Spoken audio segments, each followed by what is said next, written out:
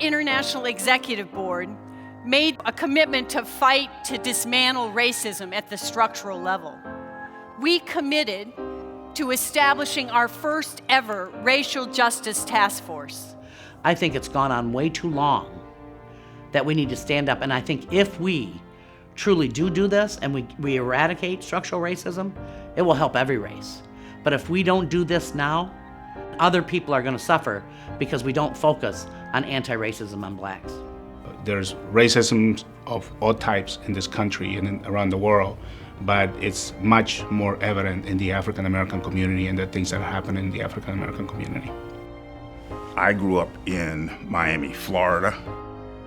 Everything around me was segregated. Everything that I saw around me said black is inferior and white or anything not black is better.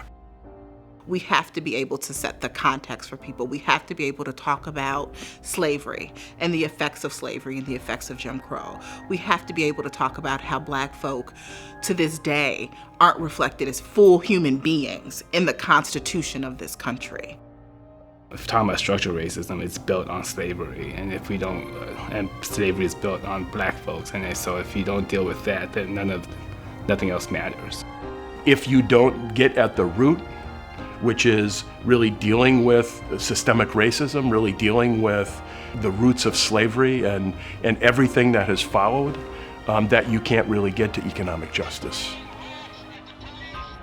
And I think you look at who our members are and who our constituents are. It is impossible to talk about building economic equality. It is impossible to talk about building a better future for anyone if you don't deal with the issue of racial justice. Black people are almost always singled out for a special kind of treatment. So just imagine all of the efforts to redistribute wealth, and there have been a few in this country, right? Think about the Homestead Act. Think about Social Security and the development of a labor movement. In all of those things, all of the attempts to, in some ways, redistribute wealth downward. And at the very moment that they do so, they exclude black folks.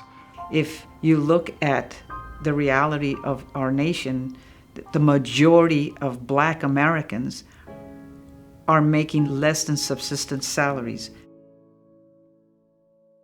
They have less public education, less opportunity to do something different.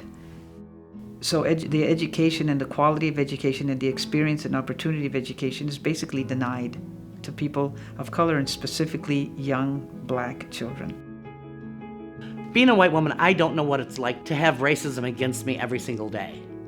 The first day that I really felt something like that was the day the young man was killed in Ferguson.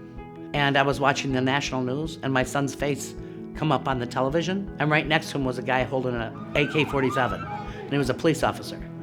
And the only thought that came to my mind is, my God, my son could be killed by a police officer. And that thought had never in my entire life gone through my mind. From that day forward, I thought, oh my goodness, my friends are feeling that with their sons every single day. Black Lives Matter, to me, means that my life matters. And that I am declaring that my life as a black person in this country matters. The events over the last several years since Trayvon Martin was killed or Sandra Bland. Drag you out of here. So you're gonna get threatening to drag me out of my own car? Get out of the car! And then I will light you up. Get out! Wow. Police say Dylan Roof walked into that Charleston church with a premeditated plan to kill. The list goes on and on and on. Enough is enough. It's shocking that not more people and more unions like ours is not saying, wait, what role do we play to stop this? What role do we play not to continue to be a silent partner in a society that does this? Together, we have to make sure that we change the systems so we can win economic and racial justice for all. It means that we have to look at how race impacts all of the work that we do and how we do it.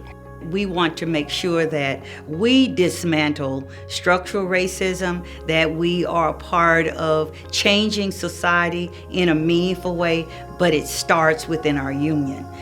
I think SEIU will look and feel like a anti-racist organization when we commit to doing the work every single day. This is a very long journey.